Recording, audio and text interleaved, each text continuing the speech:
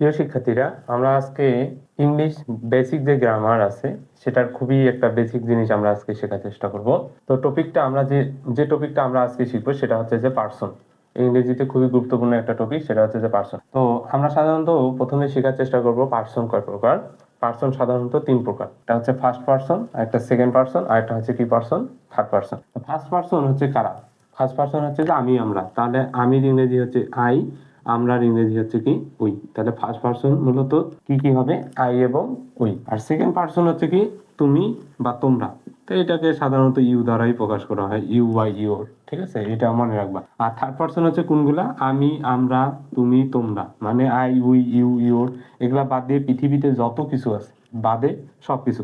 তার মানে আমি যদি হি লিখি, he third person, Rahim third person, এটা হোয়াইট বোর্ডটা তাহলে কি থার্ড পার্সন, এই মার্কারটা। তাহলে মনে রাখবা, আমি, আমরা, তুমি, তোমরা বাদ দিয়ে পৃথিবীতে যত ধরনের শব্দ আছে সবগুলো কি পার্সন? Third person. আশা করি এই টপিকটা খুব সহজেই তোমরা বুঝতে পারছো।